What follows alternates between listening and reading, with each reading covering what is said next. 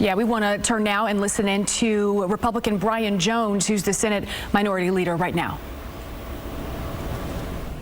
Good morning. I'm California Senate Minority Leader Brian Jones here with the Senate Republican response to Governor Newsom's State of the State.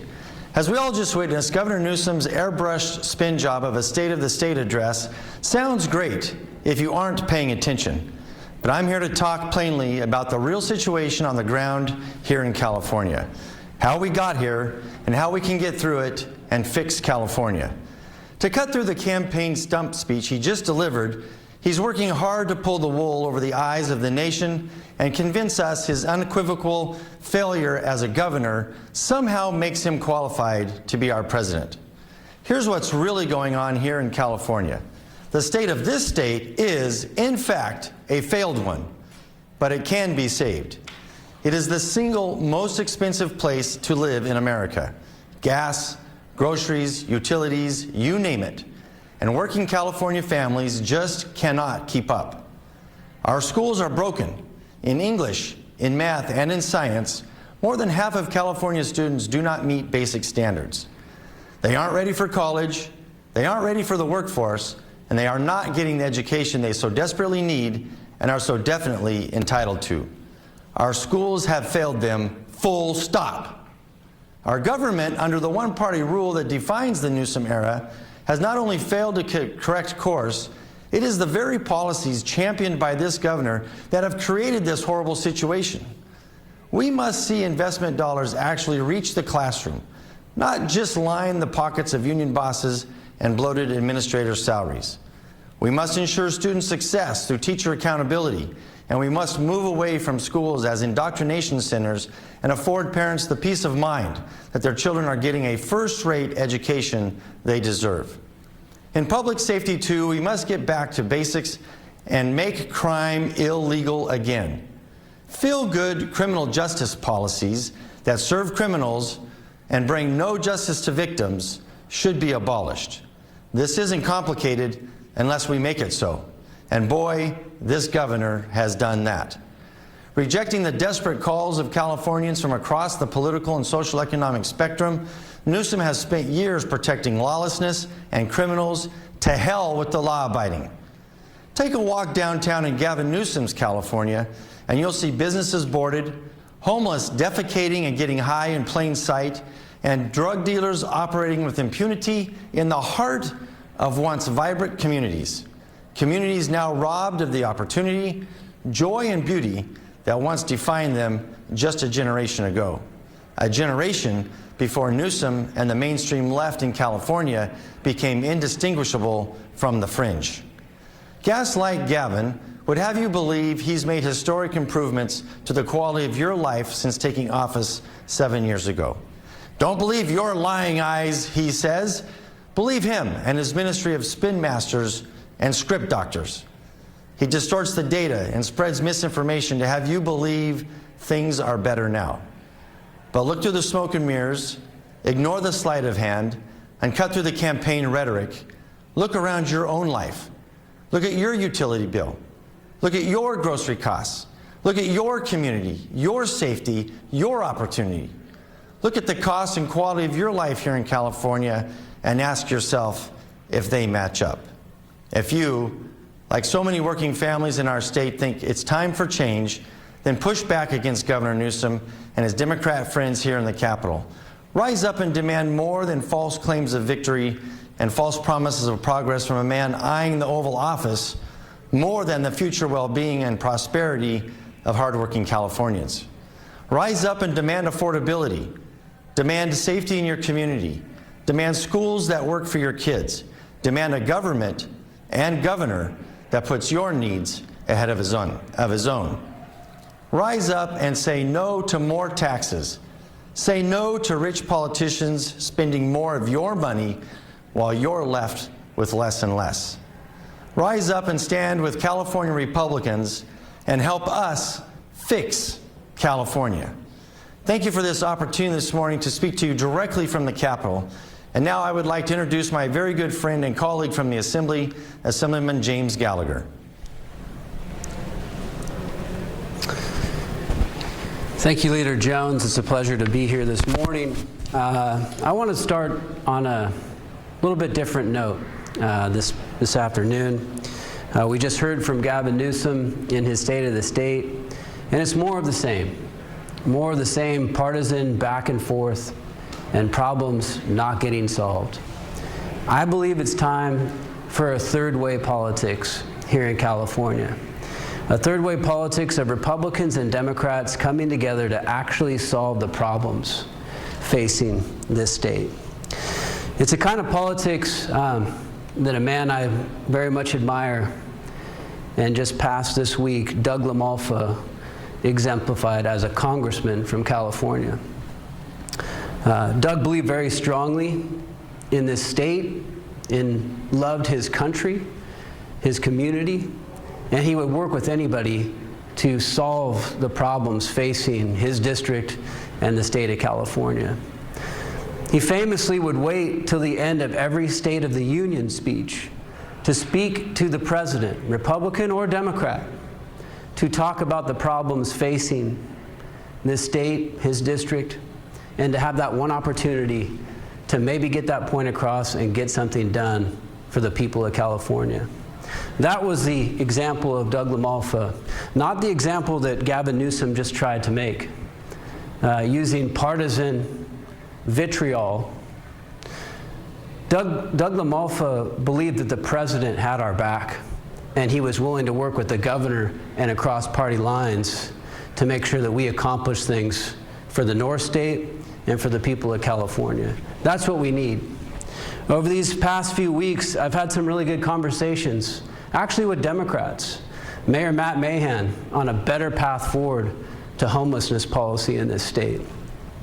I've had conversations with Maggie Krell, my colleague in the Assembly, on a better way on public safety in this state. I've had conversations and worked with Jesse Gabriel in the Assembly on nutrition and better food for our children. I've talked to even the governor's top lieutenant of Cal Volunteers, Josh Friday, on how we empower young men in this state. Those are all things that we should be talking about and working on, not continued partisan back and forth. We can agree, and I'll say, the governor, I can agree with him on phones, on nutrition, on better controls on AI, on Sites Reservoir, and investments in infrastructure. And I agree with him that we need to do more about institutional investors who are buying up our housing in this state and making that a problem. But first, we need to recognize that mostly our policy has been on the wrong track, and that over the 8 years of Gavin Newsom, we've mostly stayed in entrenched policies that have made Californians' lives worse. We have to reform and change those policies if we truly want to see something better. The common theme, of course, is affordability, which he has done nothing to address in his 8 years. No cost in California has gone down. They have only gone up. California families are paying more and getting less. And no matter how much the governor polishes his speech, affordability remains the real issue facing California.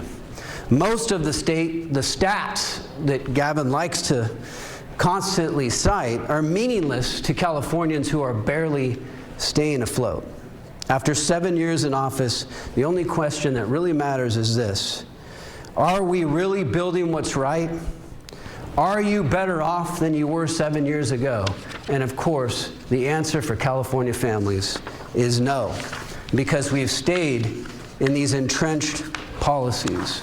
He mentioned the healthcare minimum wage, without mentioning that that is what has our hospitals on the brink of closure right now, ending healthcare opportunities in many of our areas. He mentioned the fast food increase, wage increase, without mentioning the 18,000 jobs that we have now lost in our fast food industry.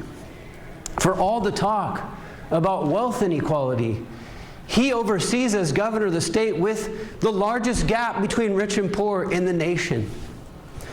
So maybe your policies aren't working, Governor, and maybe it's time to start admitting it. Education is not just about money. More money spent on education that is not getting the job done and has our kids near last in the nation doesn't mean that you've established progress. Childcare, I agree. It's a major issue. We need to make sure that our people in the state can afford childcare, can get access to childcare. Because after all, most of us don't have a nanny like the governor and his wife do. And so what we are saying is it's important that those monies actually get to the people who need it and not wasted through fraudulent actors who are taking advantage of our system. You can't talk about child care and making sure that the money's getting there without talking about the real fraud and abuse that is going on right here in California. And we've seen it in many sectors. EDD, cell phones that were bought and wasted, a 911 system that still hasn't been brought up to date after millions and millions of dollars spent. These are all things that Gavin refuses to recognize and he refuses to govern. That is our issue. We are more than willing to continue to work across the aisle with Democrats on policies that actually work. 8 years ago, he said it was time to put the brakes on high-speed rail. Now today, he wants to put it on the fast track.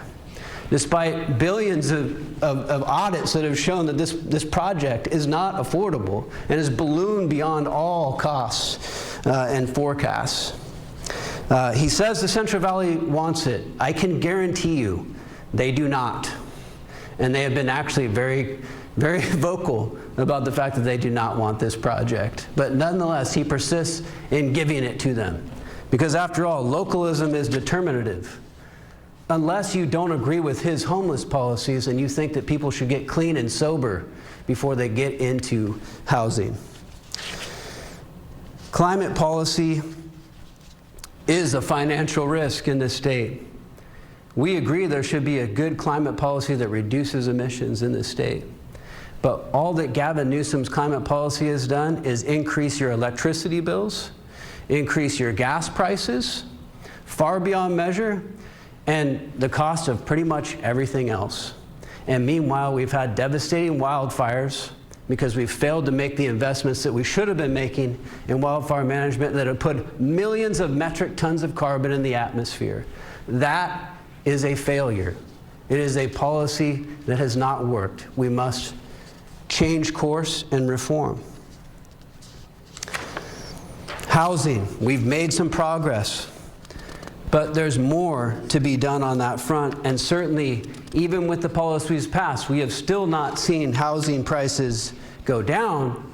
In fact, in California, they've jumped 75% since 2020, far faster than wages have grown, of course, even with these minimum wage increases. The barrier means that the goal of homeownership is no longer reachable for young families and first-time home buyers. Our government, under the one-party rule that defines the Newsom area, the partisan vitriol, the fighting President Trump all the time without actually getting results on issues, is the very policies that are hurting Californians today. We must invest dollars that actually reach the classroom, not just line the pockets of union bosses and bloated administrator salaries. We need reforms that actually make sure our kids are performing and they're reaching their dreams. And let me say this about young men, because I think this is a goal that we both share, the governor and I. But if you want young men to become successful, you have to teach them to actually be men and not to persist in woke liberal nonsense that the governor has championed. Governor, if you're lamenting that men can't ask women on a date, it's because you told them that that's harassment, that's toxic masculinity. We do need to be investing in our young men, and we need to raise them to be protectors and providers. And I am absolutely ready for that mission. But I don't think that Gavin Newsom, in all of these areas, is going to be the person who will lead us to that third way of politics. It's going to be a new generation of leaders, Republicans and Democrats in California, coming together, tackling these very real problems and finding real solutions, and not persisting in the same policies that have made us the most expensive state, that have made us #1 in poverty, that have made us near the top in unemployment, and that, yes, we have many great industries, agriculture, manufacturing, that were #1 long before Gavin Newsom ever took office here, but right now are teetering because of the policies that have been enacted in this state. We can and we will do better, but only if we change course and we begin a new third way of politics here in California. I welcome that opportunity and will be working with people from all walks of life here in California to make it so. Thank you.